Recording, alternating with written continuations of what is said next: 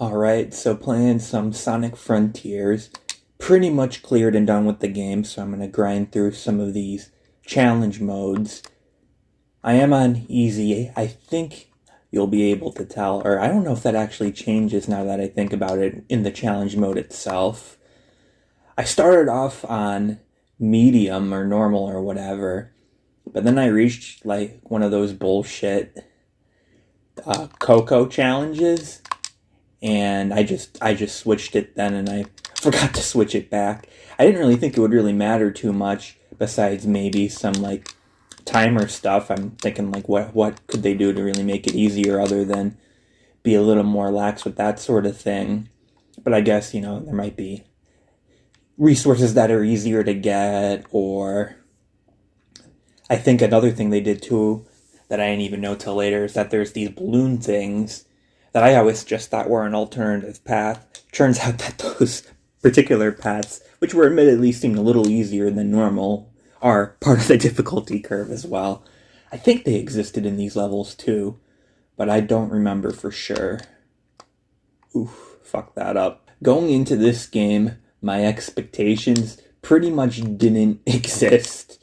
Like, all I really heard about the game is that it was a good step in the right direction. Some people really liked it. And I don't know. I figured Sonic Team in that. I mean, when was the last game that they released that was pretty universally liked? Because Mania was someone else. And then I'm thinking Colors, which was what, over a decade ago at this point, I think? And I know Frontiers in particular wasn't anything special, so yeah, they're definitely not someone I would. Eh, yikes! I butchered that bad, but it's not a studio I would put a lot of stock into with their track record. Definitely I believe it when I see it. I don't know how that really affects things. That where I'm at now, or I think that's. Oh yeah, that's for the total. I think for that particular level. I wonder where I'll rank at the end between all of them. I think that is a little tighter. I don't know if that's just the challenge mode or if that's actually the change in difficulty potentially too. But anyway, I've got to say, with this game, I was pleasantly surprised and honestly kind of blown away. As a infamous video once said, good job, Sonic Team USA. You made us proud. I'll admit, at first, it was one of those things where it felt like a good game, but I wasn't quite sure it felt like a Sonic game, because you were kind of slowed down a little bit, trying to like collect different things in that. But eventually, I don't know if it was maybe just me or if the game picked up, but it just flowed so much better for a Sonic game. Like I said, it was good enough on its own right, but it was just so fun. There's such a fun loop of parkour, puzzles, and the linear levels like I'm sort of going through now in the challenge mode that you unlock, and just all the different collectibles around the island that I've naturally got to try to obtain all of, even though like I was already pretty much maxed out with almost everything in the third of four, technically five islands. But I just had so much fun collecting everything that I still went for as much as I could. Because, I'll do that if having fun, why not? I will say the game maybe stuttered a little bit in certain aspects towards the middle. Like, the first world and the last world were by far the best. I guess I shouldn't be surprised given that's one thing Sonic and that has been really good at. Green Hill Zone City Escape, they have certainly nailed a good number of first levels. But then things picked up in the last one, like I said. My main issue with the second is that the loop got a little fatiguing and tedious. I don't really know why in that particular instance. I don't know if the puzzles just weren't picking up in difficulty like I was hoping, although once again my difficulty selection may have had part of that. Or I don't know. I kind of thought the level seemed like it was going to be over when there was a whole other section there too. I don't know why that one sort of got a little fatiguing in particular. And then I feel like with the third world, it was a bit better, a little more challenging. But the issue with that one was that I feel like there was too much going back and forth between 2D and 3D. I felt like the first and second level probably had the best flow of that. And I don't know, I'm here for a 3D platformer. If I wanted 2D platforming, this is probably an unpopular opinion, but I would play, Sonic Mania, or I think Superstars is the new one that's out. I'd much prefer 3D platformers in general. It's not even just that, though. I feel like it sort of breaks the flow and gets a little frustrating. Like, you'll be in the middle of a puzzle, and then things would switch up. Or the other thing I was about to say was, you'll, accidentally trigger the game into 2D mode, and you're just trying to get out of it, because you already, cleared that puzzle or whatnot. And then it just gets more frustrating in that. And I just think it would be better if you try to avoid, especially, like, I guess if you have a dedicated 2D level like this, in the more linear style, it works. But when it's sort of the more open world stuff, I would try to avoid it as much as possible, just to help the flow of everything. And so it just takes away from the experience. I don't really know the best way to put it. I will say I did enjoy the fishing minigame more than I thought. Oh shit, I didn't mean to do that. But, because then I was coming off of Story of Seasons, A Wonderful Life, which I mentioned in that video, that I wasn't big on the fishing system they had there. This was a bit better. It was kind of funny too, because it's obviously hosted by Big the Cat, that makes sense. But I already sort of quoted the one infamous video, and then Donkey's reaction to it is one of those great complimentary pieces where it just really enhances the experience of that infamous video. And all I can think of with Big the Cat is Donkey, when Guptail or whatever is there, like, who chases and hugs Sonic and wields a hammer? Big the Cat. Big the Cat. Just whenever I see Big now, I just immediately think of Donkey screaming out, Big the Cat. I don't know, in general, too, I feel like the fishing stuff didn't overstay its welcome, and got some extra collectibles out of it. It served its purpose very nicely. I guess something else that just came to mind, too, is I remember the last world in particular, too. I feel like it may have had an extra level or two, or maybe that was just sort of in my head. But I think only one of them was in 2D, which was a pleasant surprise, too. Just something else I thought I would throw out there. But as I was saying before, or about to say, the updates in this game were really great, too. Like, particularly Final Horizon, I think, was the last one.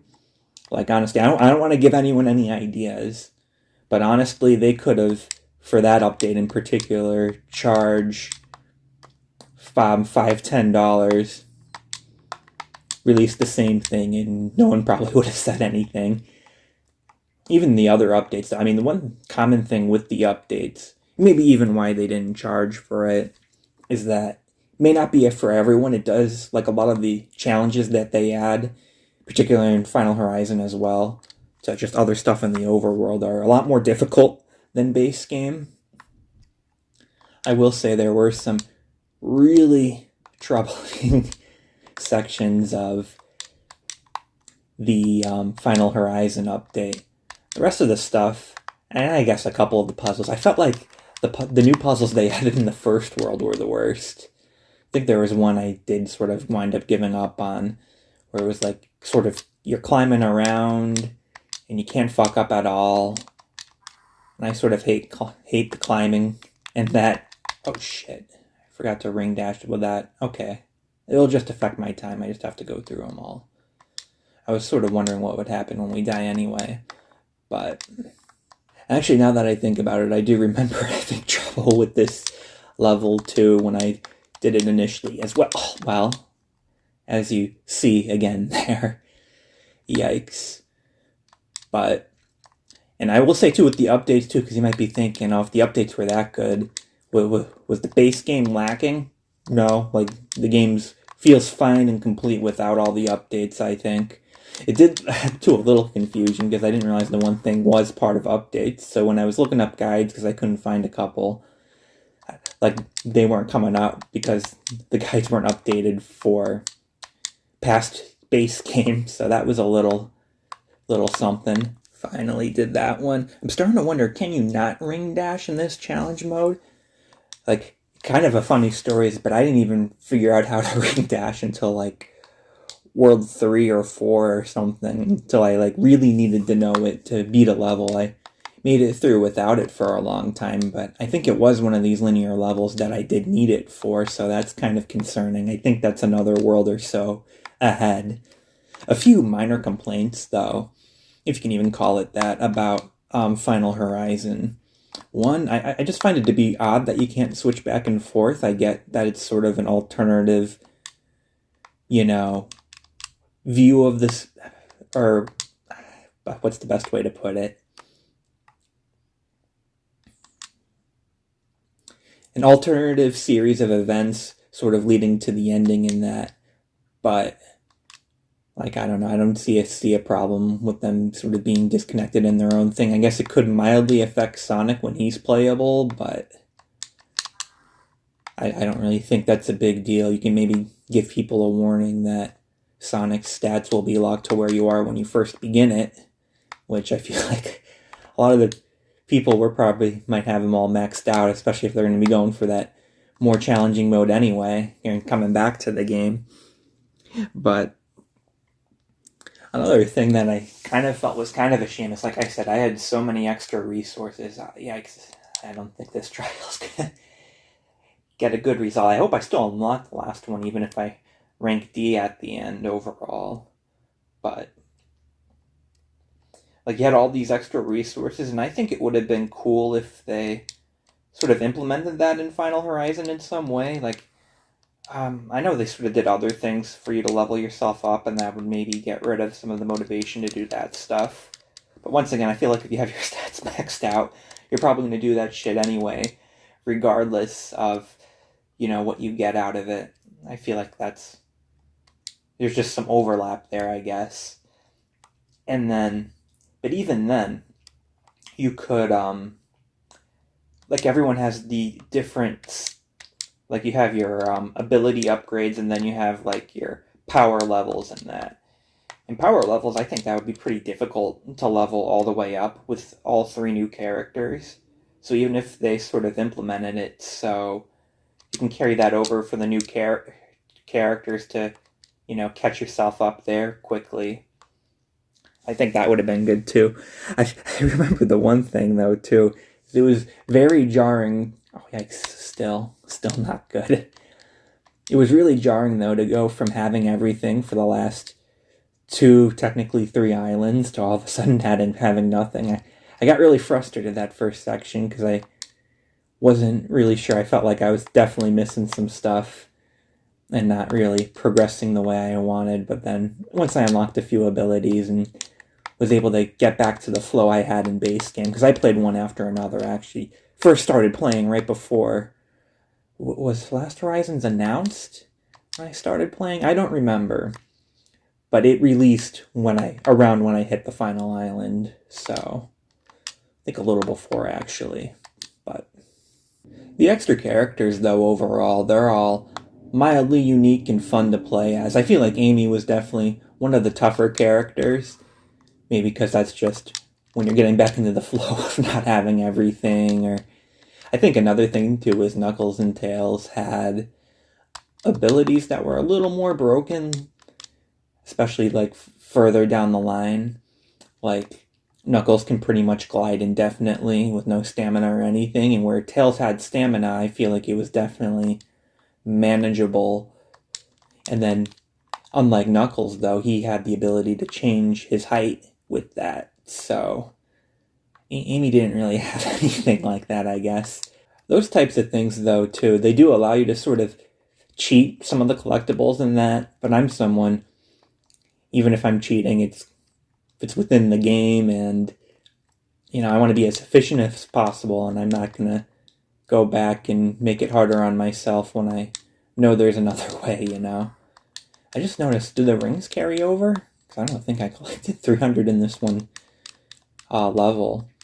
Kind of makes me wonder what that's all about. Yeah, it's still not doing anything, I think, there. Well, hopefully that doesn't cause issues further. But unless I accidentally remapped my stuff on my controller. But anyway, and it's not, sometimes they did sort of build around some of the cheats. Like I remember there was a pyramid section in Tales that you couldn't really use the plane in that. But like I said, I mean, you can avoid them, I think, if you really, you know, don't want to go that route. So that's at least an option, I guess. And like I said, I don't know, maybe on a higher difficulty or whatnot, those abilities aren't as broken. But like I said, they're all sort of unique from each other and fun to play as. I do sort of wonder if this is sort of where they might be building the future towards, having multiple characters, but having them sort of share the overworld and go back and forth between them and sort of help each other unlock the whole area. I think that's fun and has some potential. I think that can also be a dangerous game to play, though, so I hope it's sort of easy and seamless. It wasn't really in the DLC to switch between characters and that. Or they at least, you know, do a really good job sort of building up the game around that, I guess. I don't know. The one thing that kind of could have hurt too is that they have like little conversations between the characters, which are, you know, a nice touch. And I wasn't sure if I was missing any because I didn't have like parts of the map unlocked with, you know, Knuckles and Tails while I was playing as, you know, Amy or whatnot, or Knuckles, because you always play as Knuckles before Tails. So I don't know if I missed anything there, or even like I may have, because I knew I was going to play as the character again, skip through some of the, you know, going back and forth to collect some of them. I don't know if they went away at certain sections either, so that I guess is a concern as well. One thing I do say is that I kind of hope this isn't the end of Sage. I feel very similar about Elfin from the new Kirby game, that I hope it's sort of more like a Shadow the Hedgehog-esque situation where this game is sort of the icon of bringing the series to a whole new, you know, standard or, you know, generation of games, and I sort of hope that these characters stick around to sort of represent that. Why can't I do this? Because I don't have Spin Dash either, I think, right? Fuck. Is there another way? Yeah, I think I found it. But yeah, overall, this is... Did I just wind up in the same location? No, I think this is somewhere different. Yeah, there we go. This is the first, you know, Sonic game I've been this, you know, impressed with. Like, even the ones a lot of people like Adventure 1 and 2 are fine. I particularly like Sonic 3. And they're fine, but I never really thought they were anything special. I would say this game is pretty special. And for once, I'm cautiously looking forward to the next Sonic game. Definitely be paying a little more attention. I normally don't, but here we are. Got the Monster Hunter skin here too. I think some of the skins that they added were pretty cool too. One final note there. I will say the Coco thing felt a little maybe too similar to the Chao and Chaos in that maybe. But yeah, that was terrible. So as long as I unlock the next one, are we good? Oh, fuck. Oh, well. All right. I remembered two things that I wanted to talk about after the initial recording. So the first thing is, I can't believe I forgot to even talk about the bosses. Similar to that Sonic-esque feel, it took me a little while to come around with the bosses. I just didn't like playing as Super Sonic at first. But then I warmed up to it on the second boss fight, and then on the third boss fight, I was really enjoying it. I love sort of the tone and the music that they do with it in that too. Kind of reminds me a bit of Metal Gear Rising: Revengeance, which is definitely not a bad thing. Speaking of sections that remind me of other games that I really like, there was also these sort of hacking-esque mini games that were similar to Nier Automata's hacking stuff. I almost wish they would merge them together. Like, I remember you sort of move around more in Nier, where this one you're sort of locked to the bottom going back and forth, but then you had sort of a thing where you had to switch the color of your ship back and forth, making you invincible to certain bullets coming your way, which I hadn't really seen that before, but I don't really play a lot of bullet hells. I thought it was interesting, and like I said, combine that with Nier, it could have been even more fun. The other thing I wanted to talk about is achievements. I will say, I didn't think I would be saying this because I did get all of the achievements, but I felt they were a little easy.